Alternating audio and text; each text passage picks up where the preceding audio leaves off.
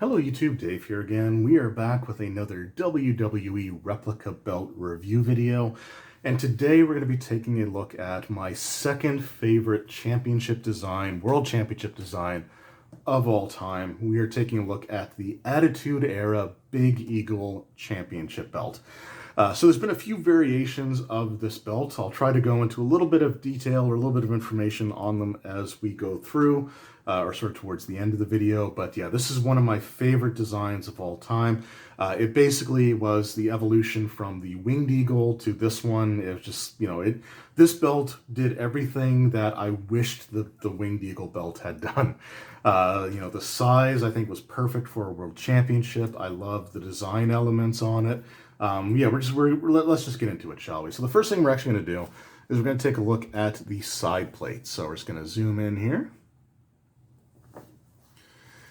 Okay, so with the outer side plate, we have the WWE logo inside of the shield. The shield has like sunburst pattern or sunburst rays coming out on the tops and bottoms and a little bit on the sides there.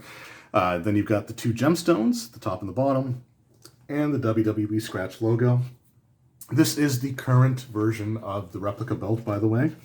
So these are on the 4mm plates, and the etching is nice and deep here. You can actually get your fingernail in and sort of like caught on the edges of all of the etching here, which is fantastic. Earlier versions of the replica were on 2mm plates that were stamped, so they just the details just were not as deep. They weren't as good. These ones I think are all like cast molded. And yeah, they look fantastic. You've got the rope border going around the outside of the plates with the corners having sort of an elongated stretch there with the rope texturing or whatever you want to call it there. But again, looks really, really cool. You've got the WWE Champion Tooling going around the top and the bottom of the side plates. Different versions of the belt had different tooling. So there were versions that had the would have been WWF Champion, tooling sort of stamped into it. And then there were other versions that just had like the camouflage shell tooling going along the tops and bottoms of the belt.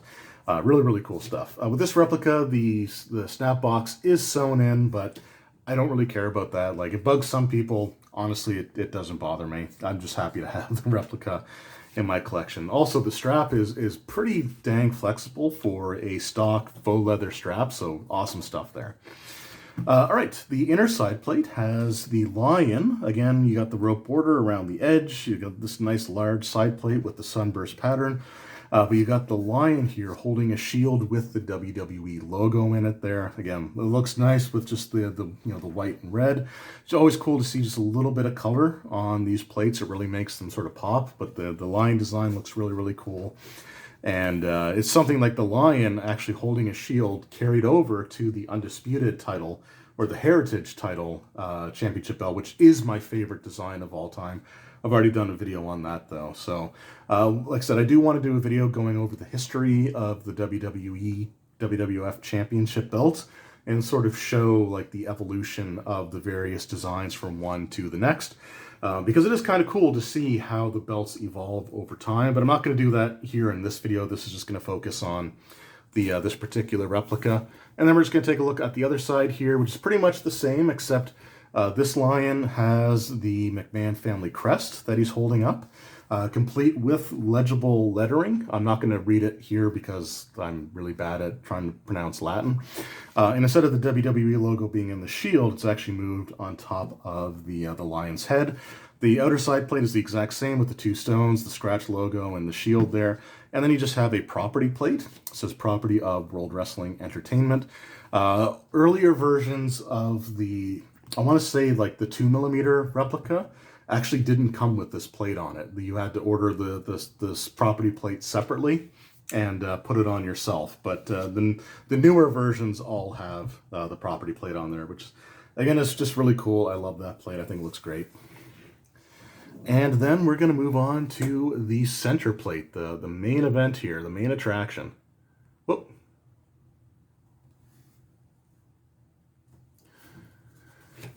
All right, so the center plate, again, we can see the evolution from the Winged Eagle to this version. With the Winged Eagle belt, you had the eagle standing in front of the globe. The globe was a lot smaller, and the eagle was standing in front of it with his wings sort of outstretched. The wings on the Winged Eagle plate actually went beyond the borders of like the main plate itself. So you had like the WWE logo, and then it sort of came down, and then you had the wingtips from the Winged Eagle belt. But this one, the eagle's wings are fully contained within the center plate. But you got really nice texturing and detail and etching on the wings here. Again, certain lighting, it might be hard to replicate or show, but you can actually see like the feather detailing looks really, really nice there. Then you've got the feathers on the neck of the eagle sort of, again, with that kind of regal pose to it.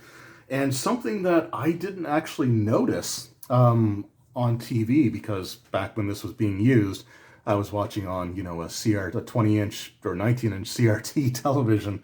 But the eagle is actually grasping the globe in his talons. So the Winged Eagle belt, the eagle was grasping the champion banner. But with this one, you can actually see his talons gripping the globe there. Which again, so it sort of looks like the eagle sort of swooped down and grabbed the globe, which, again, it's a really, really cool design. I love it. You've got some gemstones at the top here. You got some gemstones on the bottom, 2 gemstones on the sides, the top or bottom of 2 different globes, featuring different geographical features. So we got North and South America, Greenland, and Antarctica. Here you've got Africa, Europe, Asia, a little bit of Australia, and again, you got sort of like Antarctica there. Really, really cool stuff. Then you've got these sidebars, which again are kind of reminiscent of the Winged Eagle belt. We'll talk a little bit about these sidebars because they were one of the differences between variations of this championship.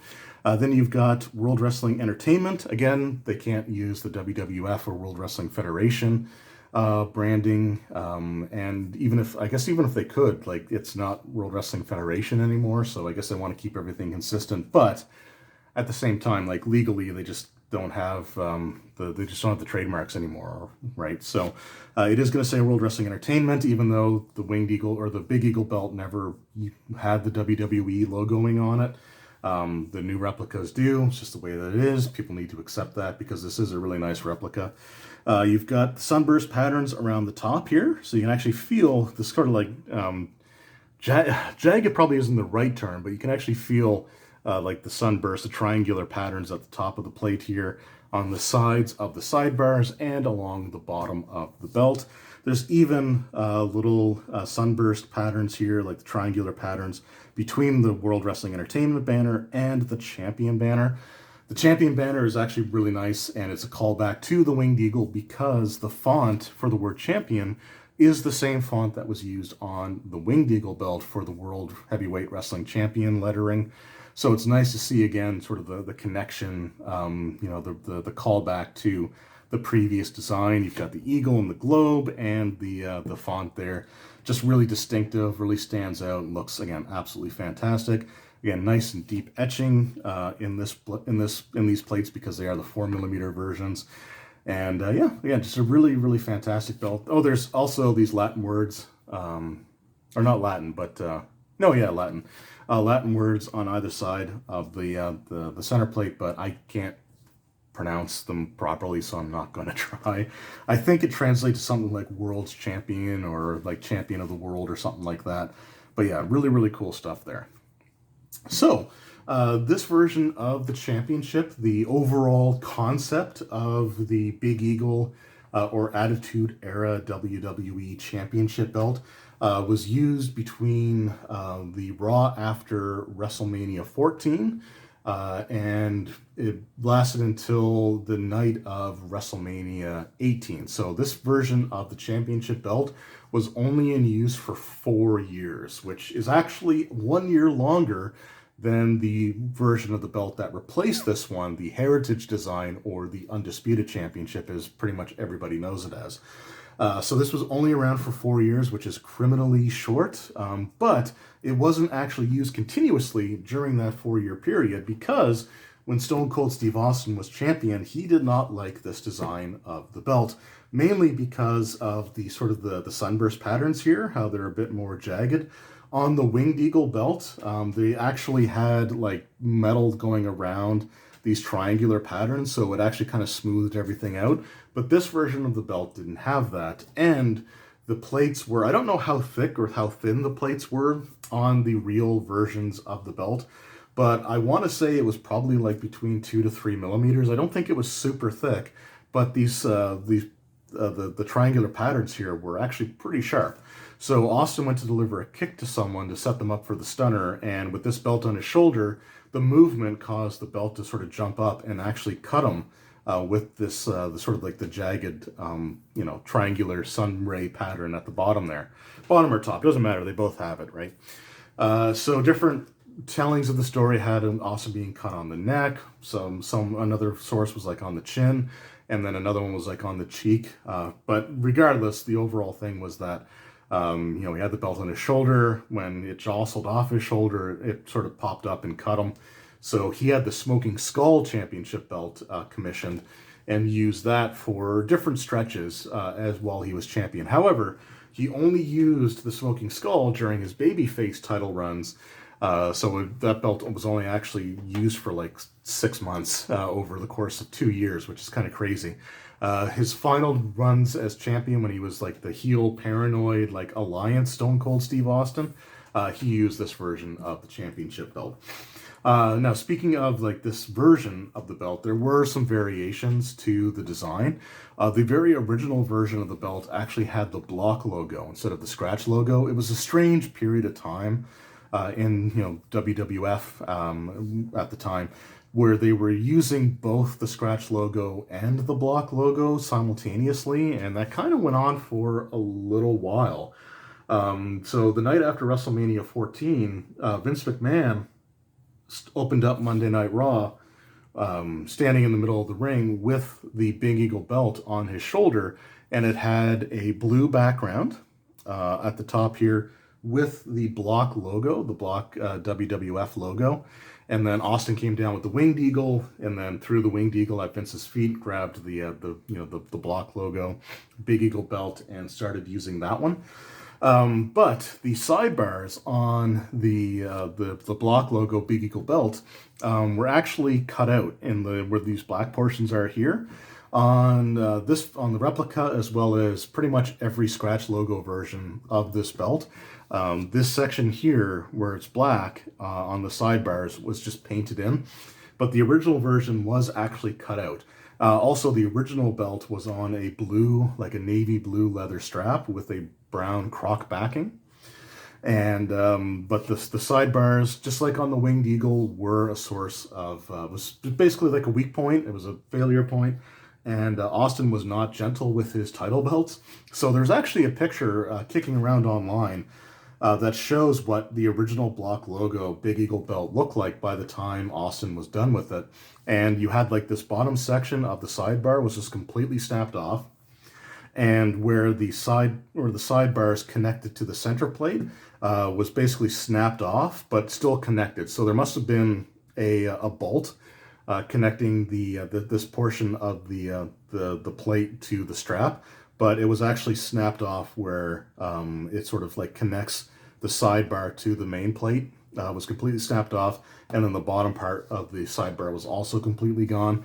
So when they brought back the Big Eagle version after the Deadly Games Survivor Series tournament in 1998, they actually used the scratch logo Big Eagle belt, and that version was sort of what was used from that point going forward. Though again, there were some variations. So there was the gold scratch logo. There was also the painted white scratch logo on the center plate here. Some versions of the belt also had texturing on the inside of the wings here, and as well as like the inside of the shields on the side plates were all like nugget textured or had some sort of texturing to them. I want to say there was a version of the belt that was smooth like this one. I think the latest version of this belt actually had like the smooth wings there, but either way, just an absolutely fantastic design. One of my all-time favorites, and one of those championship designs that was just criminally short, like how little it was with us compared to the Winged Eagle or compared to other belts like the Spinner belt, which lasted longer than this championship and the Undisputed Championship combined, which just let that sort of sink in. As far as the replica goes, this is a really, really nice belt. I absolutely love it. There are some things that people do tend to complain about when it comes to like this version of like the replica. So, you know, the fact that it's not the WWF logo we've already talked about, but the one thing that does kind of come up commonly is the fact that the center plate on this replica is pretty flat. So there's very little or like basically no curve whatsoever to it. There's, you know, again, just very, very slight curve to it, but almost non-existent. Some people really hate that. It doesn't bother me at all. Actually, again, I kind of like it. I like the fact that it looks circular because I've seen some bootleg replicas of this belt that basically it's got like just this massive curve that makes it look like an oval that's like that wide, right? So, you know, if you're displaying this belt, if you're just like having it on display or you're hanging it on your wall or putting it in a case, the fact that it's not curved actually lets you see like the full design. You get all of the detailing and you actually get a sense of how large the center plate is. And one of the things with like the curved plates, especially if they have like a deep curve on them, it makes the plates look smaller than they really are. So I actually like the flat plate. It doesn't bother me at all. You know, it still looks good if you sling it over your shoulder or if you have it just sitting on a table. If, you know, some people like to wear their replicas, you know, it looks, like I said, it looks good. I like it. It doesn't bug me that it's not like particularly curved. You know, different strokes for different folks, I guess, but I don't mind the fact that it's got very little curve to it. I'm sure there will be a version of this belt coming out in the future that will have a curve to it. They've done that with the modern dual-plated Winged Eagle belt, so I'm sure there'll be a future version of this belt that has it. But for now, I absolutely love this version of the replica. It's one of my favorite replicas in my collection. It's one of my favorite title designs of all time, and yeah, it was held by some of the all-time greatest people to ever, you know, work inside of a professional wrestling ring. You know, this belt was held by the likes of Stone Cold Steve Austin, Kane, The Undertaker, The Rock, Mankind, Triple H, Chris Jericho, Kurt Angle. The Big Show had a run with it for a while there. And if you were watching Monday Night Raw regularly in like 1999, I think, you know, most of us will remember the Monday Night Raw where Chris Jericho beat Triple H to become world champion, only to have the decision overturned later because Earl Hebner did a fast count on Triple H. And yeah, it was just an amazing time. The rivalry between Earl Hebner and Triple H was one of the greatest feuds in professional wrestling history that I don't think gets the credit that it deserves. But yeah, there's just a lot of great memories with this design. The early Stone Cold Steve Austin, you know, stuff when he was working with Dude Love at Unforgiven and Over the Edge. The Undertaker holding this for a brief period of time, defending it at King of the Ring against The Rock in 1999. The Highway to Hell match, the Jericho Dusty finish title win, the actual Chris Jericho title win where he won this belt and the WCW title both in the same night to create the Undisputed Championship. Just a lot of great memories associated with this version of the title. So let me know in the comments below, what were some of your favorite memories with the Big Eagle Attitude Era WWE Championship? You know, do you collect the replicas? What are your thoughts on the replica? Are you holding out for a curved version, or are you hoping that WWE... I would love to see WWE do a block logo version of this belt with the blue leather strap, but still like paint in the sidebars just because it makes them, you know, less prone to breaking. But I'd love to see something like that. But yeah, let me know what your thoughts are in the comments below. And like I said, your favorite memories associated with this version of the WWE Championship. Anyway, thank you guys very much for watching. I hope you enjoyed, and I will see you all next time. Take care.